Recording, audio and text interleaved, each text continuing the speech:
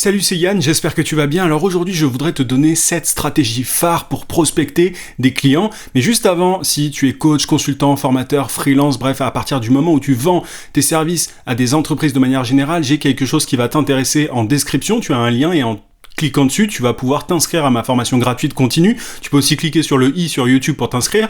Et après ça, en fait, tu vas recevoir chaque matin à 9h un email dans lequel je partage avec toi un conseil, une astuce, une méthode pour trouver plus de clients et ou pour facturer tes services à prix d'or. Je te donne tout un tas de conseils pour développer son activité et c'est pour les personnes les plus motivées, les plus sérieuses. Donc, tu as le lien en description ou alors tu cliques sur le i. Ceci étant dit, quelle est la première stratégie phare dont je voulais te parler? Ça va paraître un petit peu bizarre, mais pour décrocher des contrats, une des stratégies qui existent, dont tu peux tirer parti, c'est le bouche à oreille. Alors le problème, c'est que le bouche à oreille, très souvent, c'est aléatoire. Il y a beaucoup d'entrepreneurs qui n'ont pas de stratégie par rapport au bouche à oreille. C'est-à-dire que ils laissent le bouche à oreille venir à eux. Et très souvent, d'ailleurs, j'ai des gens qui me disent, moi j'ai plus de recommandations, enfin plus personne me recommande, j'ai un peu fait le tour de mon réseau, comment est-ce que je fais pour rendre ça un petit peu plus systématique. Et du coup, le bouche à oreille, comment est-ce qu'on fait pour le systématiser? Simplement déjà en poussant les gens, en demandant aux gens de te recommander tout simplement. C'est-à-dire que, par exemple, si tu as un client qui est content, tu peux tout à fait lui dire juste après, est-ce que vous connaîtriez quelqu'un qui pourrait qui pourrait profiter de mes services? Au-delà de ça, au-delà du fait de demander, parce que je sais que certaines personnes seront un petit peu gênées par rapport à ça, par rapport au fait de demander alors qu'il faut absolument pas, mais au-delà de ça, pour pouvoir bénéficier d'un bouche à oreille beaucoup plus systématique, beaucoup plus récurrent, il faut avoir une présentation très claire. C'est-à-dire que très souvent, les indépendants, les entrepreneurs, ils se définissent par rapport à différentes choses.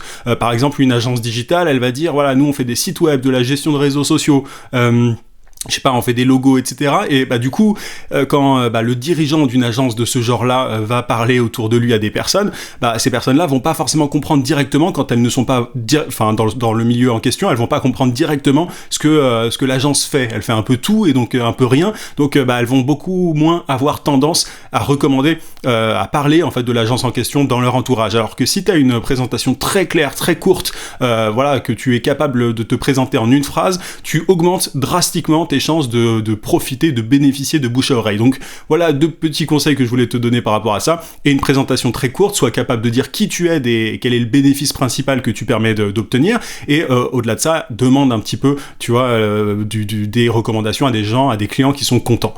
Ça te permettra d'en avoir un petit peu plus, d'avoir un petit peu plus de recommandations. Deuxième stratégie phare, c'est le cold calling. Alors, c'est le fait, simplement en français, d'appeler des prospects qui n'ont jamais entendu parler de toi auparavant, de parfaits inconnus.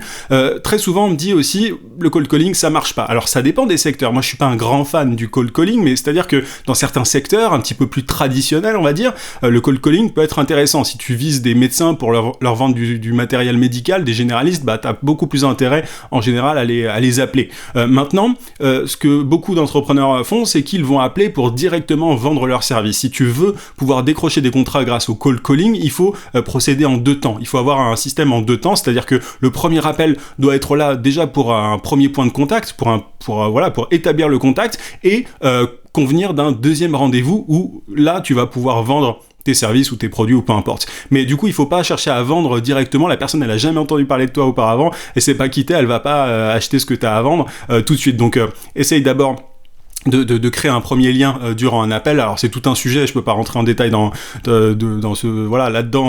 cette vidéo, mais en tout cas il faut dans le premier appel, il faut que tu aies un premier point de contact avec la personne, qu'elle te fasse confiance et ensuite que tu conviennes d'un rendez-vous 2-3 jours plus tard pour pouvoir vendre là pour le coup tes services. La personne sera prête pour de la vente, tu vois, c'est beaucoup plus que si tu cherchais à lui vendre ton truc dès le premier appel. Troisième stratégie, c'est simplement le fait de prospecter lors d'événements. Le problème, c'est que ça prend pas mal de temps.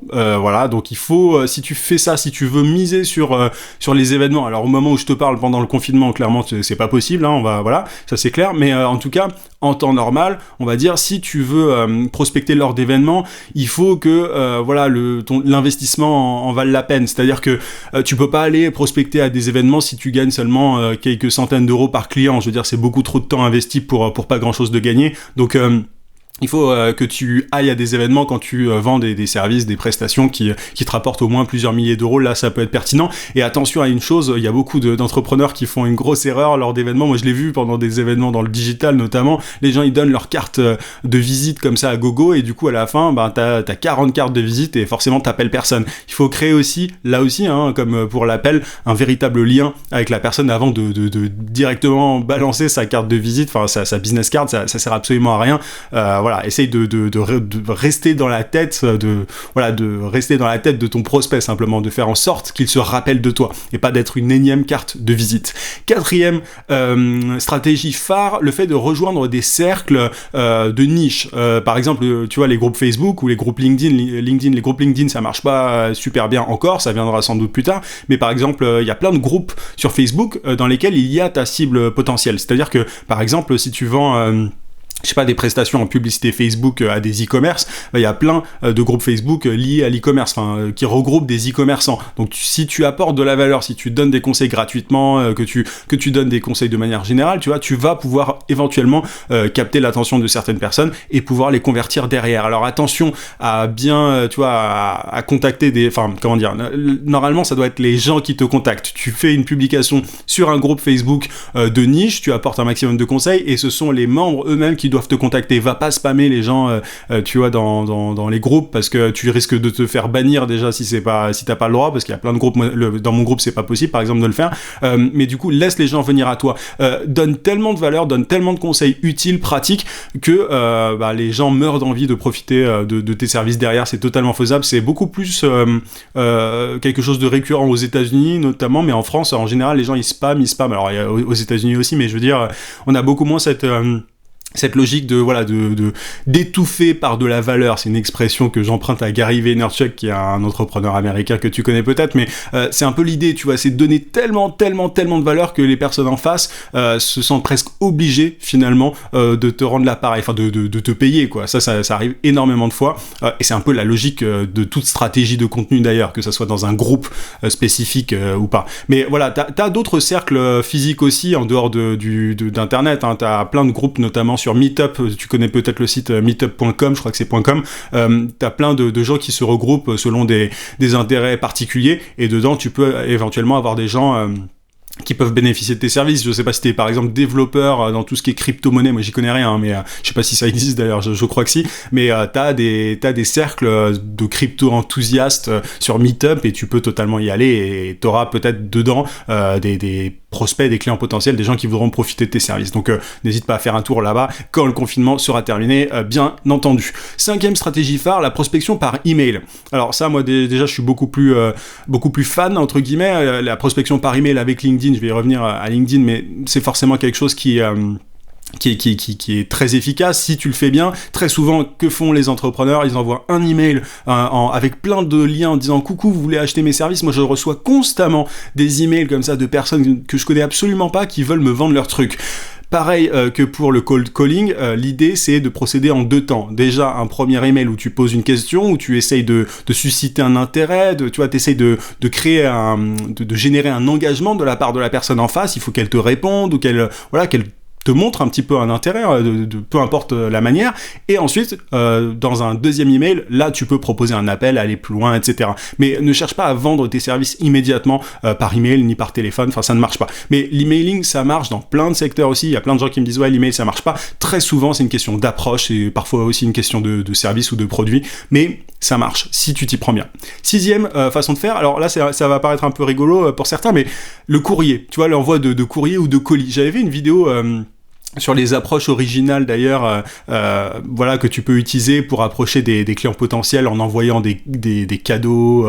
Il y a plein de stratégies un petit peu créatives que tu peux utiliser pour capter l'attention des personnes en face de toi. Tu vois, tu peux leur envoyer il y a plein de jeux de mots aussi à faire. Moi, j'avais fait toute une vidéo, je te mettrai le lien en description. Mais le courrier, en fait, pourquoi le courrier, pourquoi les colis? Dans certains secteurs, je dis pas tous, attention, mais dans certains secteurs, ça peut être beaucoup plus facile de capter l'attention de la personne en face de cette manière-là.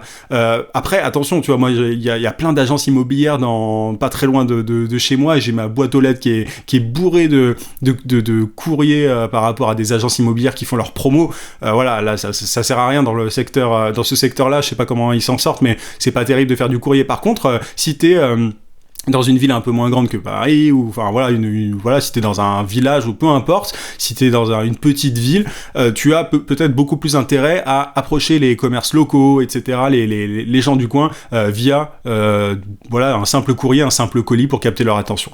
Ça peut être intéressant de le faire. Après, évidemment, Internet, moi je préfère approcher les gens sur Internet. C'est quand même plus facile et plus scalable, c'est-à-dire que tu peux envoyer plein de messages sur Internet. Alors moi je prône pas du tout l'automatisation à gogo et le spam, mais c'est beaucoup plus possible que par courrier. Enfin, le courrier, il faut que tu l'envoies, il faut que tu ailles à la poste, etc. Et ça prend un certain temps. Bref, faut vraiment utiliser ça dans un cadre particulier, quoi, quand tes prospects ne sont atteignables quasiment que par ce canal. 7e et dernière stratégie dont je voulais te parler, c'est ce qu'on appelle le social selling. C'est notamment le fait d'approcher les gens sur LinkedIn, enfin sur les réseaux sociaux de manière générale, mais en B2B, le plus intéressant, c'est forcément LinkedIn. Et pour ça, il faut procéder par séquence de messages aussi, pas en 2 séquences, mais très souvent en 3, 4, 5 séquences de messages. Tu invites quelqu'un de façon personnalisée, ta cible, ton client potentiel, tu le remercies, tu poses une question, et ensuite, si la personne ne répond pas, tu relances, et tu relances une deuxième fois si elle n'a toujours pas répondu. Mais le plus important sur LinkedIn, c'est vraiment, ou voilà, sur les réseaux sociaux de manière générale, c'est vraiment d'avoir un produit ou un service qui intéresse une cible précise, particulière, et si tu règles un problème que j'appelle un antidouleur, voilà, si tu règles un problème douloureux, là tu vas avoir beaucoup plus de réponses de gens qui vont réagir à tes messages que si tu as un énième service voilà, qui propose tel ou tel truc. Enfin, il y a plein de gens qui proposent la même chose et des services qui sont pas très utiles, qui sont un petit peu accessoires et qui du coup n'obtiennent pas de réponse. Donc parfois il faut revoir entièrement son service, son approche, son message pour pouvoir obtenir des réactions. Mais LinkedIn, le social selling, ça marche, je te le garantis. J'ai des clients qui appliquent ça tous les jours et qui ont de super résultats. Donc voilà pour ces 7 stratégies phares dont je voulais te parler pour prospecter des clients. Il y en a sans doute d'autres, mais en tout cas, si tu en appliques une ou deux au moins dans ces 7-là, tu auras forcément des résultats si tu as la bonne approche, si tu t'y prends bien. D'ailleurs, encore une fois, si tu veux connaître la bonne approche, savoir comment approcher les gens, quel discours avoir quand tu les approches, encore une fois, c'est quelque chose que je traite dans ma newsletter, dans ma formation gratuite continue par email. T'as le lien en description, ou alors tu cliques sur le i sur YouTube, et n'hésite pas à mettre un gros pouce si la vidéo t'a été utile, et abonne-toi à la chaîne si c'est pas déjà fait. Je te souhaite plein de succès et je te dis à très très vite, à plus.